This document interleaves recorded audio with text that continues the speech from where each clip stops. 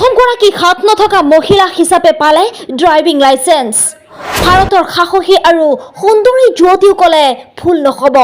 এই যুৱতীগৰাকীয়ে চাকৰি কৰে এক প্ৰাইভেট কোম্পানীত। কিন্তু এই যাত্ৰা সহজ নাছিল তাইৰ কাৰণে, কিয়নো আমাৰ দেশত শাৰীৰিকভাৱে অক্ষম লোকক বেলেগ দৃষ্টিত চাই সিহঁতক সমাজৰ মূল্যৱান বুলি বিবেচনা নকৰে। সেইকাৰণে বহুতে দিন কটাই ৰাস্তাত ভিক্ষা কৰে। কিন্তু এই যুৱতীগৰাকী শাৰীৰিকভাৱে অক্ষম যদিও সপোন বাস্তৱ কৰিবলৈ বাধা দিব পৰা নাই কোনেও। তাই জন্মৰ পৰাই দুই হাত নথকা স্বত্তেও সপোন পূৰণ কৰিবলৈ সকলো কাম কৰি গৈছিল ভৰিৰে। লিখা পঢ়াৰ পৰা আৰম্ভ কৰি কম্পিউটাৰ চলোৱা, আনকি গাড়ী চলাই সকলো ভৰিৰে। ড্ৰাইভিং লাইসেন্স পোৱাৰ যাত্ৰা বহুতো কঠিন আছিল। 2014 চনত কেৰালাৰ থৰুপঝাৰ RTO অফিচত গৈ আবেদন কৰিছিল ড্ৰাইভিং লাইসেন্সৰ কাৰণে। কিন্তু অফিচাৰসকলে নাকচ কৰিলে আৰু ক'লে যে তোমাৰ নিচিনা কাকো আমি ড্ৰাইভিং লাইসেন্স দিব নোৱাৰো। আগতে পৃথিৱীৰ এনে কোনো ব্যক্তি আছিল নেকি যে হাত নথকা স্বত্তেও ড্ৰাইভিং লাইসেন্স দিছে? যদি থাকে তেনেহ'লে প্ৰমাণ দিয়া।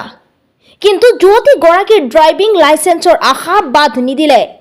যিগৰাকী যুৱতী ভৰিৰে লিখি স্কুল কলেজ ভাল নম্বৰ লৈ পাছ কৰি গ্ৰাফিক্স ডিজাইনাৰ চাকৰি পাইছে, তাই এইবাৰ লাইসেন্স পোৱাৰ বাবে ৰিচাৰ্চ কৰিবলৈ ল'লে।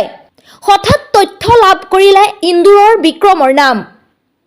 সেইজনো ভৰিৰে গাড়ী চলায়, কিন্তু তেওঁৰ উচ্চতা আৰু শক্তি ভিন্ন।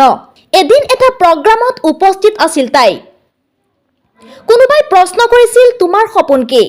তাই উত্তৰ দিছিল মই গাড়ী চলাব বিচাৰো। সেই সময়ত কিছুমান আইনজীৱীসকলে তাইৰ ড্ৰাইভিং লাইসেন্সৰ প্ৰচেছ চলায় আৰু আদালতত প্ৰমাণিত হ'ল যে তাই এগৰাকী দক্ষ যুৱতী। আদালতে ৰায় দিয়ে যে যদি উপযুক্ত গাড়ী প্ৰস্তুত কৰিব পাৰে তেন্তে লাইসেন্স দিয়া হ'ব।